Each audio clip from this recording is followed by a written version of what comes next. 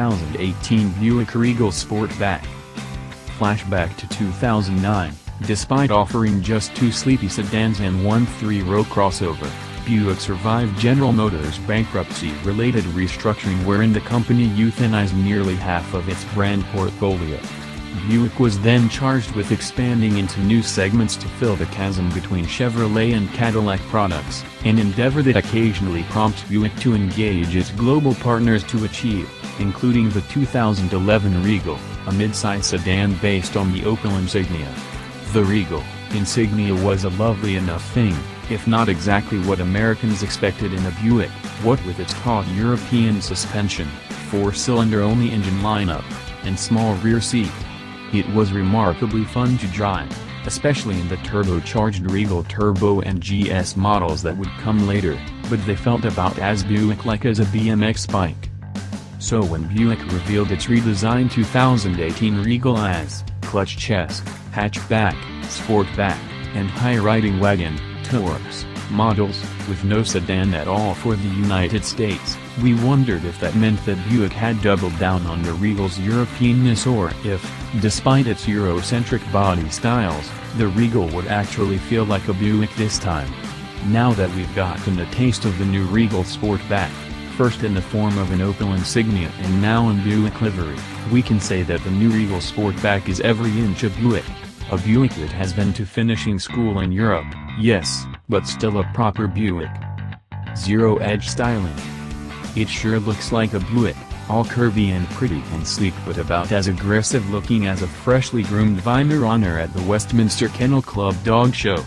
Yes, it's a hatchback, and its Sportback moniker ambitiously invites comparison to the sexy Audi A5 Sportback, but it's a hatchback styled to look like a sedan, and hence it will ruffle no feathers from traditionalists. All Sportbacks, that aren't the Goosed GS model, anyway, look more or less the same.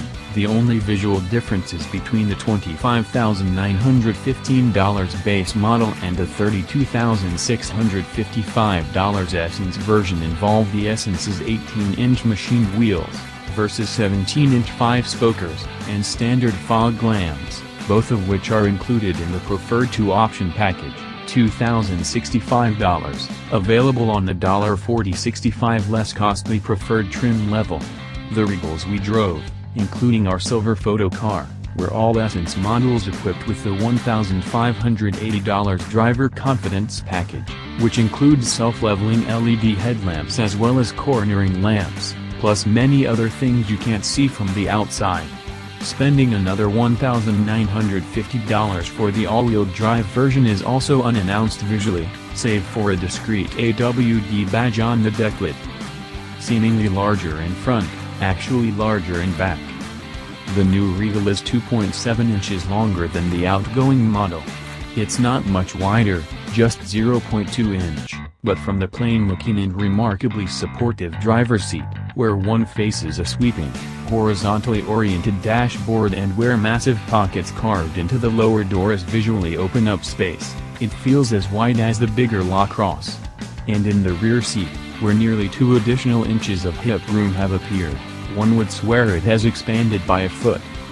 Ergonomically, the Regal has joined this decade, with its flush-mounted touchscreen infotainment system measuring 7.0 inches in lower-spec models, upgraded to 8.0 inches in the cars we drove. The app-like presentation of the various systems required little time to learn, and the presence of a physical volume knob, track up, down buttons, a back button, and a home screen button were all used and appreciated. Unfortunately, while Buick's fastidious quiet tuning efforts place insulation and padded materials in many places, several hard plastic surfaces remain, such as on the center console, lower door panels, and parts of the dashboard. Those are most evident, we found, with the all-black interior, where hard plastics tends to shine a little more than adjacent soft touch materials. They are much better masked in the lighter shale interior. Where the Regal has definitely grown larger is in the cargo area, with 32 cubic feet of space behind the Sportback's rear seats, more than double the 14 cubes contained in the outgoing Regal sedan's trunk.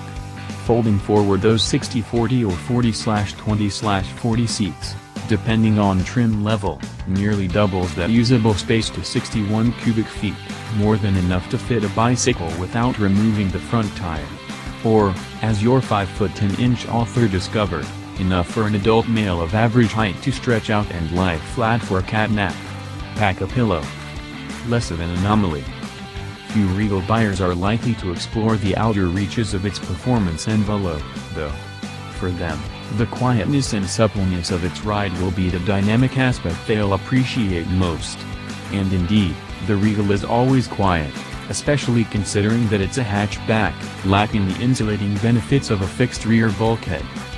While the new Regal is not quite as sharp as the outgoing model, nor, for that matter, the new Honda Accord, which we consider the benchmark in this price range, it is remarkably composed and still quite mannerly. As such, it is less of an anomaly within the Buick lineup than was the outgoing Regal, and we expect it will be well received.